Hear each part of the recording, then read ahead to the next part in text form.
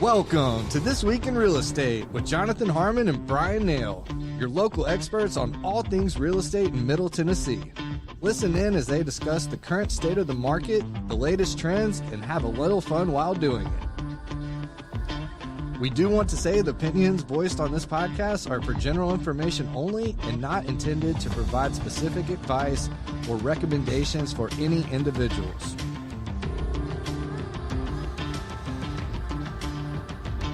All right, y'all, we're back with another week of This Week in Real Estate with Jonathan Harmon and Bryan Nale. Woo! We're feeling excited and confused over here. Yes. Well, we're going to put the U in house. Yeah. I mean, that works. I like it. Right in the middle of it, as a matter of fact. Right in the middle of it. Yeah, in between the hoe and the C. That's pretty good. Yeah. Lord, anyway. Oh, we're starting out great. We were singing Trashy Women. Confederate Railroad. 90s country band. Mm-hmm. But before that, we were singing Alice in Chains. And Sold by John Michael Montgomery. And then the bonus track from the Purple album of Stone Temple Pilots, this album cover. Yeah. You know, Yeah. It's good stuff. Good stuff. Anyway, Bryan, how I you want to doing? give a shout out to my cousin in South Carolina who's been watching this show. Andrew Cannon, you're the man, dude. You're the man. Yeah, Andrew. I don't know if Trent's got me on the camera or not, but let's try this I'll again. point here. Ready? Yeah. Andrew Cannon, you're the man. Nice. There you go. Whichever camera it was, he was being pointed at. It was great.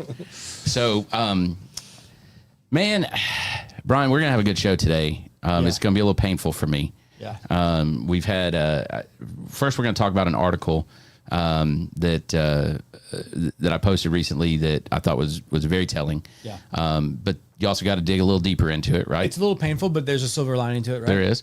And Mr. Brad Hopkins, I always want to give you a shout out. He pointed out a pretty good point. Yeah. In that, sensational headlines are exactly that sometimes. How many times have we said that? Oh my gosh, yeah. Dig deeper, look a little deeper, look a little closer, and then think a little more critically, right? Right. But then we're also going to talk a little bit about renovation, home renovation, and It's a special show. So if you're looking forward to the shiny penny or the pro tip is going to be the biggest section of the show today because it's going to be like a special segment about home renovations. yeah, and we should probably There'll be a lot of pro tips. there will be several. A few amateur tips. Yeah. We should probably not run this show until end of October because it's like the Halloween special because it's so scary. So scary. Anybody check out Wednesday yet? The new episodes of Wednesday season 2 dropped yesterday. My daughter's super excited. Let's keep dropping names. Matthew Stump is super excited. I know he went to Wendy's yesterday and got the meal of misfortune. So you said that to me yesterday, and I went straight to Lemony Snicket. I didn't go to. Oh, it's a Wednesday Addams. Yeah, thing. I get it. Yeah, and so like, and it's like chicken. It's a 10-piece chicken nuggets that's got a play on the name, and like cemetery kind of play. But then they give you sauce packets with question marks on them, so you don't know how spicy your sauce is going to be until you dip your nugget. That's in. amazing. That's awesome. They should call it dead chickens everywhere. It's got a frosty that's got it's like a vanilla frosty with chocolate syrup and cherry syrup on it too, so it looks like just kind of morose, a little morbid. Is this still available? Oh yeah, they put it out yesterday, so But it's not just for yesterday. The best thing though is the bag. So I don't want to spoil it, but go to Wendy's if you need some fast food, get the meal of misfortune. And look at the bag that it's going to come in. Or if Does it you're have not gonna- fries? Yes, it does have fries. Is there anything special about the fries? No, I don't think so. Just straight Wendy's fries. They should bake them. They call them something. No, they should bake them. Yeah. So it's like I ordered fries, and then you get them, and you're like, oh, they're baked. Instead of fried. Yeah. That's funny. That's funny. that's misfortunate. That is misfortune. Yeah. All right. All right. So let's talk about this article. Yeah. Headlines. Headlines.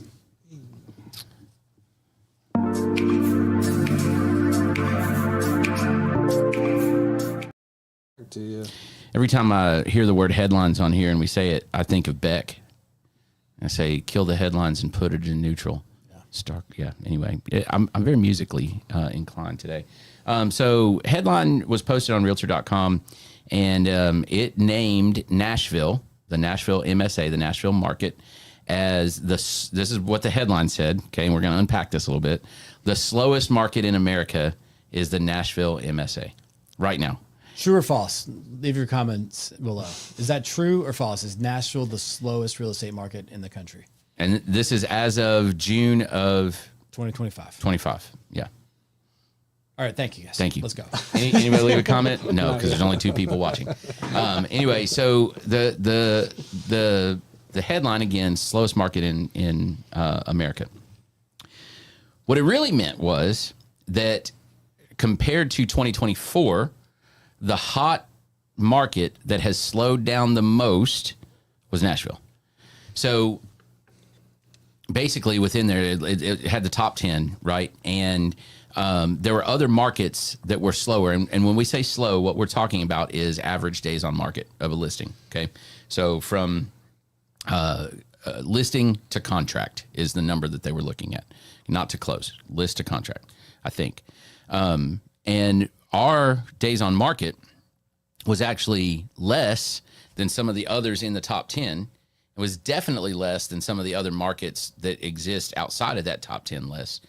But compared to same time last year, we had moved the most to slow down, right? And that's what they were really talking about. So we're not the slowest in the market. But I think it's important to understand that we've changed. Like the market has absolutely, like you can't argue, undeniably, it has shifted, and it's shifted fast. It shifted fast. There's still some head of steam behind the Nashville market, right? Like, there is. There's still some growth happening. We're still way ahead of lots of other places, yeah. Right? And so, if your prices and your speed of market was way up here, and you've slowed down the most, but other places were starting from here and they've slowed down also, we're still ahead of a lot of them. But if we were way up here and everybody else was right here and we slowed down the most and we slowed down to here, we're ahead of where they were to start with. And there's examples of that, right? So home buyers will see this headline and they'll think they can get away with crazy lowball offers, asking for a ton of concessions. Sellers will see this and they'll see it the way that you see it. Yeah, things have slowed down, but I can still command what I want to for my home, right? Or worse, potential sellers will see this and say, I'm out. Well, and that can do that. That just reduces inventory, and it actually makes it spirals. Yeah, it makes that problem harder and harder and harder, right? And it becomes a self-fulfilling prophecy. Yeah, and that's the thing with media is if you don't read beyond the headline and you don't think critically about it, then what they post out there, what they blast out there in the headline, becomes true. It becomes the self-fulfilled prophecy. Yes. And so the reality of it is we have slowed down. Yeah. The days on market are up, right? We've been talking about this. And because of that, if you need to sell right now and you're not one of the lucky ones that immediately sells, because that's happening too sometimes. That is happening. Right? I'm seeing clients lose multiple offer situations. It happens. It is happening. It's happened to me twice in the last 4 months. Yeah. Right? But if you're not one of them, if you're everybody else, because it is happening, but it's not the norm, right? If you're one of the other ones and you need to sell it, then chances are you're probably not going to get the dollars that you might have hoped or thought before you ever listed it. Yeah. We talk about anecdotal stories on the show a lot. And we've had a client we closed yesterday whose home hey, shout out to Bryan Nale, by the way.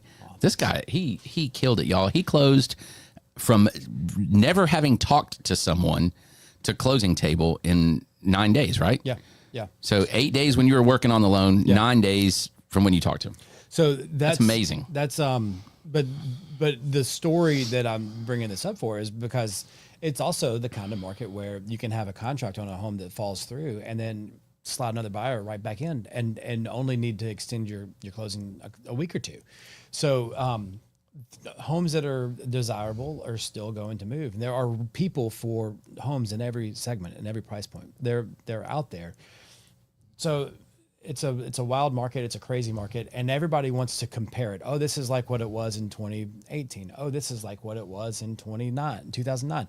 No, this is the 2025 market. It is its own market. And I don't think it's really one that compares well to past markets because of exactly what we've been saying is that you've got snippets of all of those past markets, all happening at the same time. So I think, in 10 years, people will look back and talk about 2025 as its own type of market. And it's like a market of silos. And that's something I said on on one of the comments under that thread.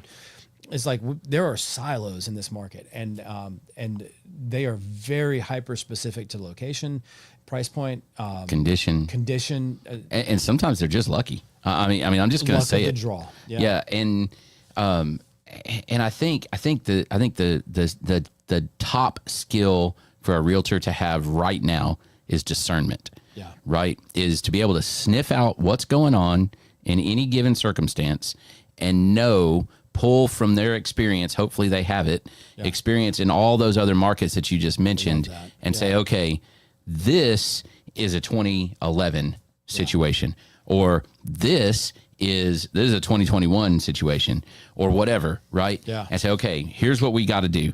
For this scenario, I've sniffed it out. I've got a feel for it. I understand I've read the tea leaves. I have discerned this. This is going to be a multiple offer situation. I love that word, discernment. It's such a good word. And that's the only way to give good advice, right? But the trick there is you got to, in my opinion, okay, new agents, I love y'all, I do, but it is even more critical now to have somebody that has had experience in different markets and like multiple situations that they've had experience in. I'll throw a bone to newer agents. All right, so if you are wanting to work with your wife's cousin that just got into real estate, or somebody from church that just got into real estate, and if you want to help them build their career and you are confident in their competence, make sure they're working for a broker that's going to support them. They got to have that experience somewhere. If they're at one of the brokerages where they basically are just hanging their good luck license on a wall somewhere, fake it till you make it, and that broker's throwing them to the wolves. Now's not the right market to give them a bone to try to support them and help them get established. If you're watching this show and thinking about making a transition into real estate, have a lot of discernment. Let me say it that way. Have a lot of discernment about where you choose to align yourself to start your career. I'm going to take it a step further. If you're thinking about getting into real estate right now, come and talk to me. Yeah. I'm not even going to say or someone. I'm going to say come and talk to me. There you go. And the reason for that is, number one, I'm going to shoot you straight. Right. I'm going to give you a realistic job preview. Yeah. That was a thing when I took HR classes. Okay. Yeah. I'm going to give you a realistic job preview. And I'm going to tell you how to figure out what brokerage you belong in. Yeah. Right. And obviously I'm going to tell you that you should come where I am. Okay. But that's not where I stop. Right. I'm not going to say, no, this is the only choice. There's lots of choices. Right. And there's lots of good brokers out there. There's lots of bad brokers out there too. Bad meaning not the right fit for somebody that's getting started, to your point. Yeah. So come and talk to me before you move forward with that. Right. And I'll help you out. But the big thing is, you're right. If you're brand new, just make sure you're aligned with somebody that isn't, and make sure you're aligned with somebody that's going to help you, and use them, like use their experience. Yeah. Talk to them, ask them questions. Here's what I think's happening. Here's the feel I'm getting. Okay, well, if you're right, then you should do this. If you're wrong, it should look like this.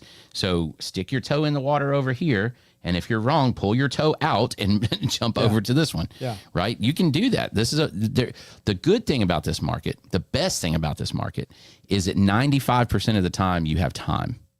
Yeah. Now, there's a handful of times where you don't have time. And that's where the discernment comes into play. That's right. But 95% of the time you have time to feel it out, put that toe in the water, and kind of figure it out a little bit. And here's the other thing I'll tell you, y'all. Ask questions. Ask questions from the listing agent. The reality is we have this tendency to look at it and go, okay, this house has been listed for 40 days. I bet they're desperate. Well, that's not necessarily true. Maybe not. Maybe they're actually realistic and they're not desperate at all. Maybe they're just seeing what they can. The Zillow, make me sell my home as their approach. Yeah. And they don't have to sell, but they would kind of like a bigger home. But ask the listing agent. Yeah. Ask them. Yeah. Say, hey, here's what we're thinking. Am I way off base? Right? Or have I totally misread this situation? That's a great way to say it. And then shut up. Let them talk. And let them talk. Yeah. Yeah. Just shut up. Use your listening ears. Yeah, you got 2 of these and 1 of these. That's right. So do that, right? Nice. So anyway. Takeaways: discernment for if you're in the business, discernment on reading the situation. If you're reading headlines, use discernment to figure out what the article is really saying, not just the headline and what it means and what information is buried in it. Yep. Right. That's the read the whole story and comprehend the whole story. Go back to your reading comprehension days. Use your listening ears and talk to people that are smarter than you. School starting back. We should have done a back to school special. You're doing a good job. Talk to people that are smarter than you about it. If you read that and you go, ooh, yeah, this is worse than I thought. Have a conversation. Talk to me. Talk to Brad Hopkins. Talk to Bryan. There's just a bunch of them. Yeah. Have a conversation. All right. I think it's time for This Is Real. Yes. I want to take some This Is Real.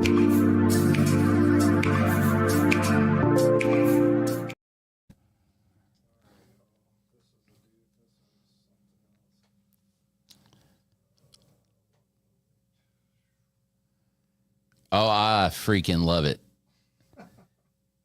The washing machine throws me off a little bit, but I love the pink and black. You know what? I'll give them credit. They said, we don't need an oven. We've got an air fryer, and toaster a cooktop. oven. They have a gas cooktop. We've got a microwave. So we're not going to throw a range in here. We're going to throw in a Dishwasher. no. That's a washing machine. Washing Oh, machine. yeah. I bet that it's either just a washing machine or, they make those To do both. all-in-ones. Yeah.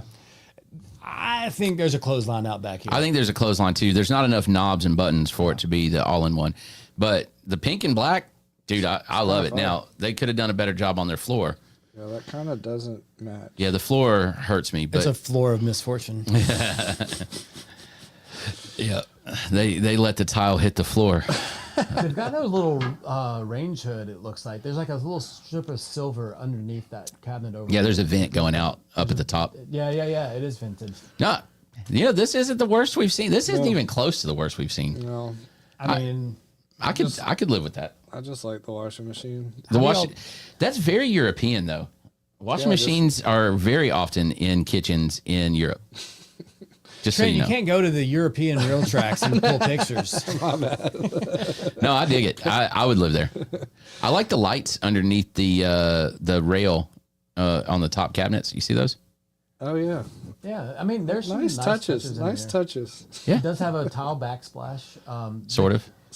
The cabinets under that air fryer are big. They're big drawers. Yeah, I dig it. That's functional, right? Yeah. Big drawers. You can fit so much Tupperware in those drawers. I know. I believe it was the great philosopher Sir Mix-a-Lot that said, "I like big drawers." I cannot lie. He said a lot of things. He sure did. All right, let's move on. Yes, This please. is getting weird. All right, so I guess we're in the we can throw the pro tip segment artwork and mean stuff out there, or we can just dive right into the special segment of home renovation. So, Trent, what do you want to do? I'm gonna throw the. He's gonna throw it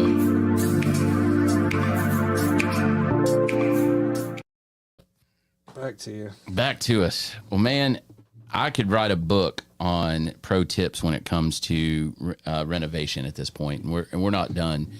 But as many of you may know, I am in the process of renovating.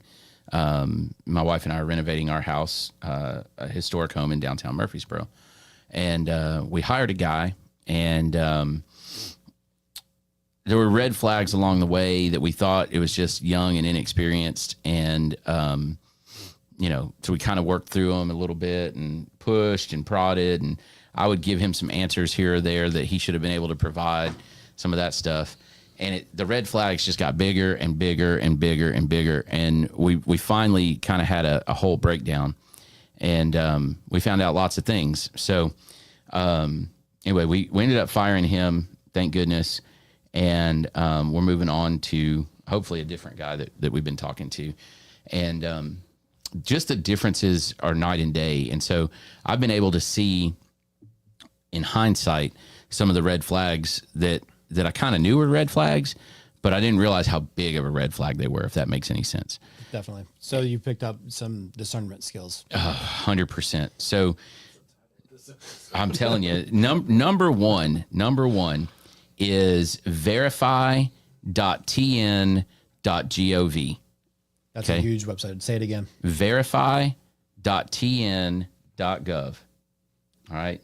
Check that out. Anybody that has a license to provide a service of some sort in the state of Tennessee. I'm not sure if attorneys are listed on there. I'd have to go back and check.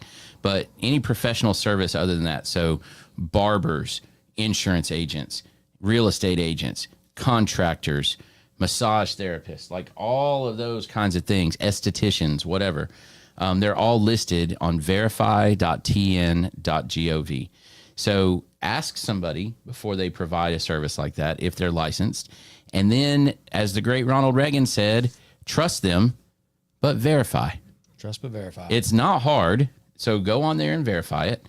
And then if they start saying something like, let's say you don't find them, and they start saying something like, well, I'm not really licensed, but I work under this other company, blah, blah, blah, blah, blah. Ooh. You need to ask them right then, well, who is supervising my job? And I need to meet that person that carries the license that this is going to be under. So that's number one. Yeah, it's huge. It's huge. And I'm a very trusting person to a fault, obviously, sometimes. And we didn't do that adequately. Lesson learned. 100% in spades. As Dave Ramsey would say, with stupid tax behind it. Yeah. Right?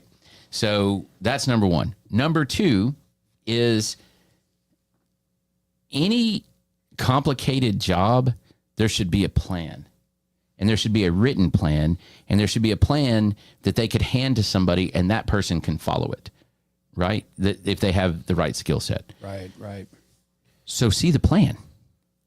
Yeah. Right? And that person also, especially in a complicated job like a renovation, they should be asking you questions to get out of your head the vision of what the end result would look like so that they can build a plan that gets to that end result. And have them show you that plan. Exactly. Before you write a check. Ever. Yeah. Before you sign anything, before you do anything, get the plan, right? Understand the plan. And then the next thing is, look, and we do this all the time in real estate, is if I show up for a final walkthrough, and at the final walkthrough, the work that they were supposed to have done is not done, then what's the only tool that I have to make sure they get the work done? What's the only tool? Inspections. No, the closing date. The closing date. Right? Yeah. So if you don't have the work done that you should have done, you don't get money. Yeah. It should be. You need to get that simple. Complete this to get paid. So simple. Yeah. And yes, there's a schedule of draws. Yes, there's a schedule. There's all these other things. And that's where I was thinking with inspections is the draw for the next draw to happen. Yeah. You need to have this much of the project completed, this much progress made on the plan to get the next check. And if you don't get the next check. You don't get the next draw check. It's very simple. Yeah. And make sure that subs are being paid throughout the process too, right? And that's the hard one, right? So we have found out all kinds of things where people weren't getting paid when they were supposed to be paid and all this stuff. And the reality is we don't have a ton of control over that. But the law is on our side to some extent, where it's like, no, we hired you to do this, so you should be paid in order for me to pay. Sorry, I got distracted there. In order for me to know, I forget it. It's lost. I have no idea what I was saying. That's embarrassing. Well, you were talking about the making sure subs are paid and that things are happening. The law's on your side. Yeah, law's on your side. Yeah, I hired you to pay them, yeah. And if you didn't pay them and they come back to me, the law's on my side to say no. I paid this person. You are mad at them, not me. The subcontractor has to collect from the general contractor. That collected from me. How does that play into things if the subcontractor, or I'm sorry, if the contractor, the general contractor, is not able to make the payment? What happens from what you've experienced? So far, the only answer is lawsuits happen. Yeah. Now, That hasn't started, so I don't know for sure. Yeah. Right? I don't have that experience yet. But, I mean, and here's the thing. If they don't have any money, if it's gone, if it's squandered, right, or it's kited to a different job or something. It's very easy for a general contractor to almost run a Ponzi scheme. He's able to pay the subs for this job as long as he's got another job behind it, and that's a huge red flag. If you see anything that would lead you to think that might be a common occurrence for who you're interviewing to take on your general contracting role, that would be a major red flag. Yeah, and there's an old saying in kind of the HR field and the hiring field and the small business management: hire slow, fire fast. Yeah. Right. And that's what we didn't do. Yeah. Right.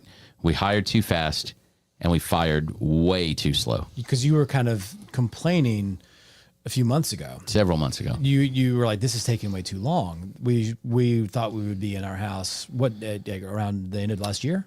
March of this year. Mm-hmm. And now we're in August, and you're thinking it's going to be another year.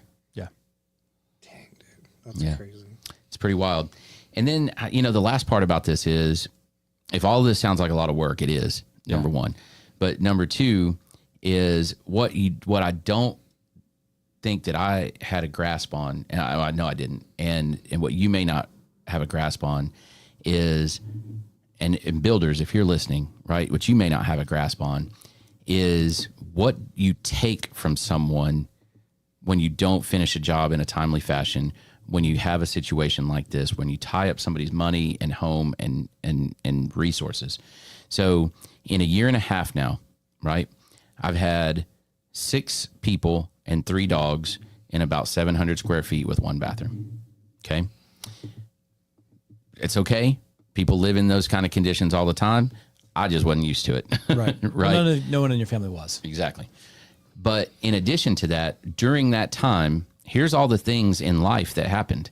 I have a son that graduated high school. Couldn't have a graduation party at our house. Right.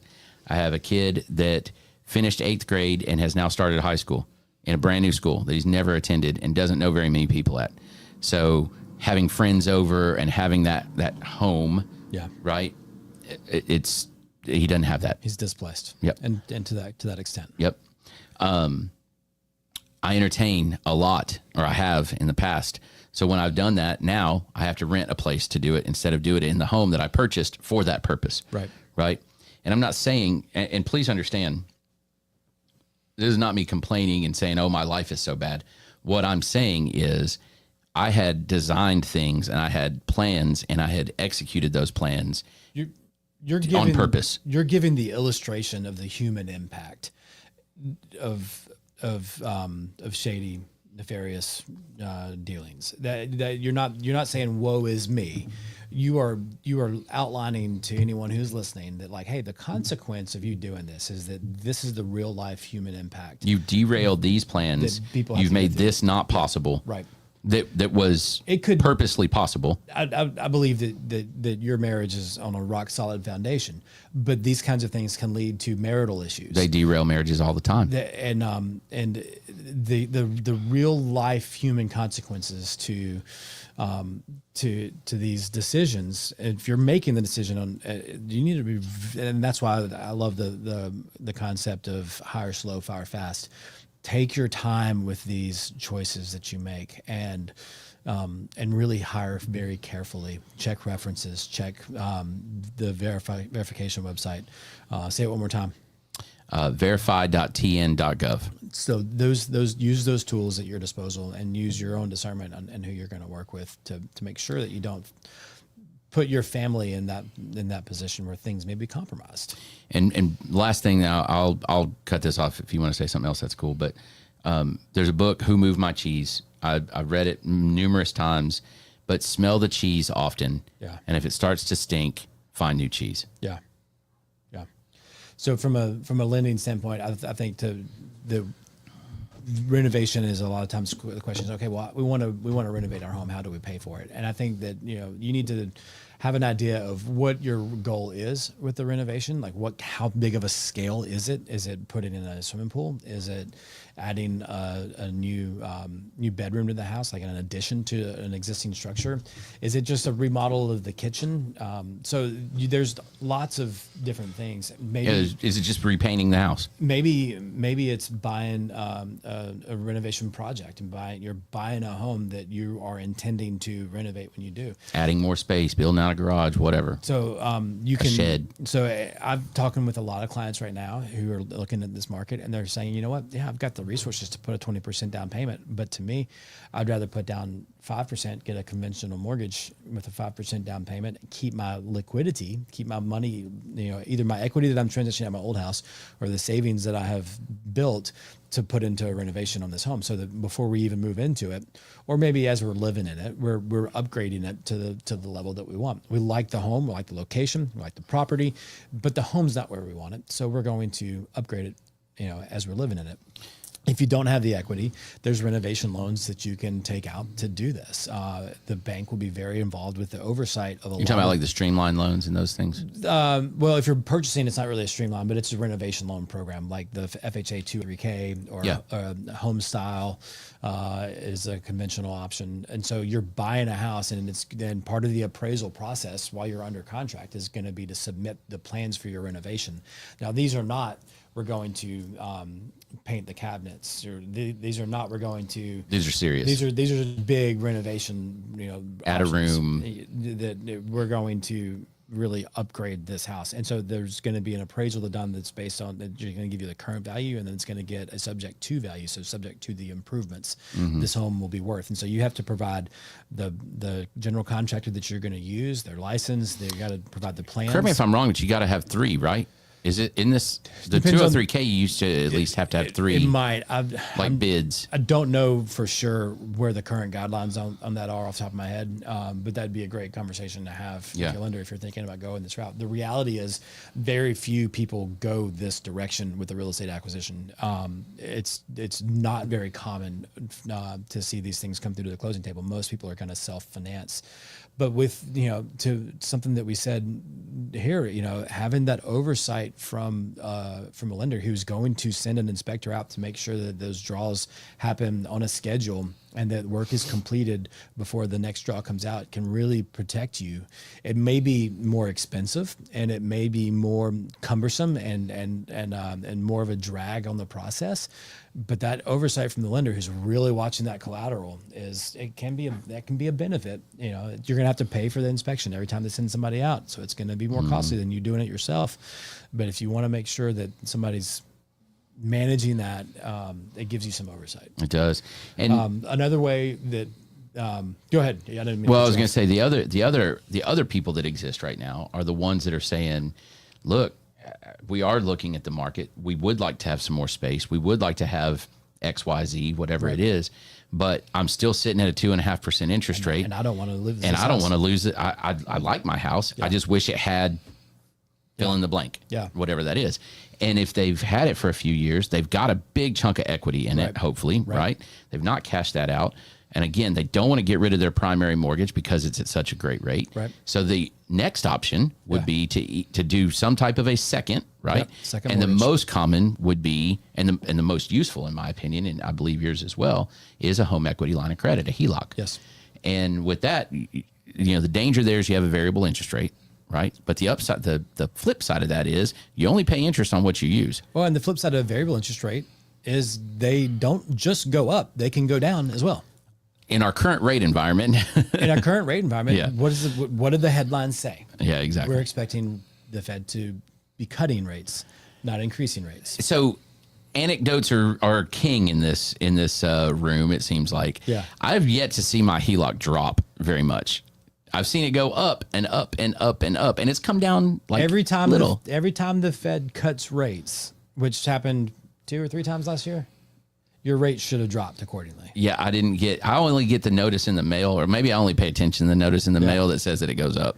So anyway, I digress. My point is this.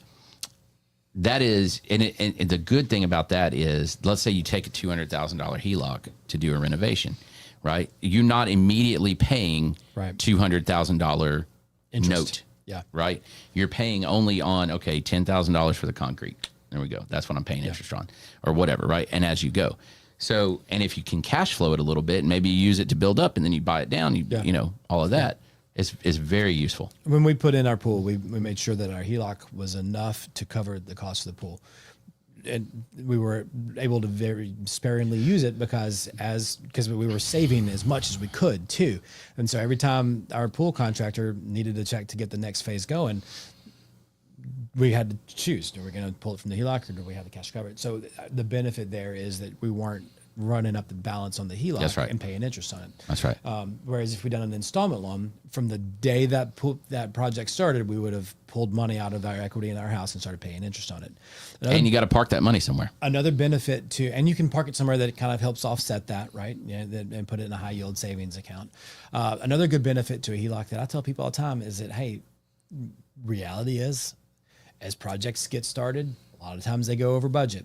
If you think the renovation is going to be $35,000, plan for 50. Plan for 50. But does that mean you want to take out a $50,000 installment loan, or you could take out a $75,000 HELOC, and then if you get past 35 and you go up to 40, you've got the equity there. The line of credit is there for you to go to it. That's now, right. that you don't want to use that as a carte blanche. Hey, we're going to just go all the way there, because that's the danger of it. That's the danger of a HELOC. And another danger of the HELOC is they have interest-only payments. A lot of the things with a HELOC are a double-edged sword. The benefit of the interest-only payment is the payment on it's super low, but the risk. The downside is that the payment is super low, and you don't ever pay the if all you ever do is just principal pay the interest, then you'll wake up 10 years later, and your draw Still have the period's same over, balance. and you still owe the $100,000 that you did on the renovation loan 7, 8, 9, 10 years ago. Yeah. So you have to watch out for that. If with a HELOC, anytime you're using a line of credit, you want to pay it down as aggressively as you can, because that also opens up money on the back end of it. So like you could take out let's say you've got a 12-year-old child, and you really want them to have their own wing of the house while they're in high school. Okay. So you take out a HELOC and you do the addition of the house. Well, over the next 6 years, you pay that down. Now they're graduating high school, and you've got a HELOC available to help with some college expenses. You can continue to use that line of credit over time, and the rate's always going to move up and down, generally with Wall Street Journal prime rate, which is impacted most directly by the Federal Reserve. Yeah. Good stuff. Hey, if you are thinking about doing a renovation, just like we said earlier in the show, call me. And we'll talk through some of the things. I've made some really dumb mistakes over the last year and a half. And I say dumb, non-discerning, right? Non-discerning. I didn't listen to the spidey sense when it went off. Yeah. Right. And shame on me for that, but it happens sometimes. So anyway, call and talk to me. I'll be happy to share whatever insight I can, or let you just tell me what you're experiencing, and I'll give you, a little bit more experienced take on that. And if you're wondering how to pay for it, call me. I will be happy to give you my opinion of a HELOC, which, by the way, I was going to say, you don't do HELOCs, I don't right? do HELOCs, and I don't do home equity installment loans in second position.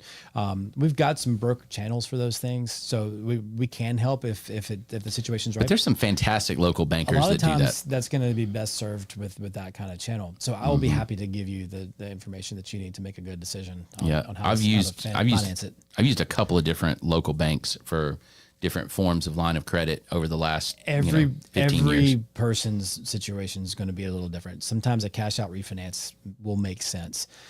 Sometimes, if you've already got a high interest rate, let's say you were at a 7, right? Right. And let's say that rates do drop over the next 6 weeks, and you end up at a 6.25. Yeah. And even though that payment, like the typical break even analysis, doesn't really work math wise, but you want to take out some equity, that might make sense. You just got to have the conversation. Yeah. With somebody who's going to give you the right answer and not try to sell a product. That's it. That's the key right there. You got it. All right, Trent, what else we got? Any good jokes? I heard a good joke, but I can't say it on this.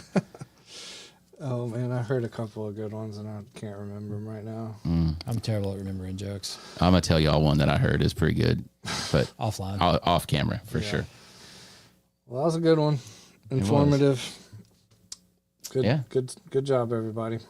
We'll see y'all next week. See you next week. All right, bye. Thank you for listening to another episode of This Week in Real Estate with Jonathan Harmon and Bryan Nale, your go-to resource for all things real estate in Middle Tennessee. Be sure to like, share, follow, subscribe, and leave us a 5-star review. We will see y'all on the next one. Now for the nitty-gritty. Primis Mortgage Company is a subsidiary of Primis Bank, a member FDIC. Primis Mortgage NMLS number 1894879, BK number 1042893, ML number 1894879. As always, all loans are subject to credit approval and product guidelines. Equal housing lender.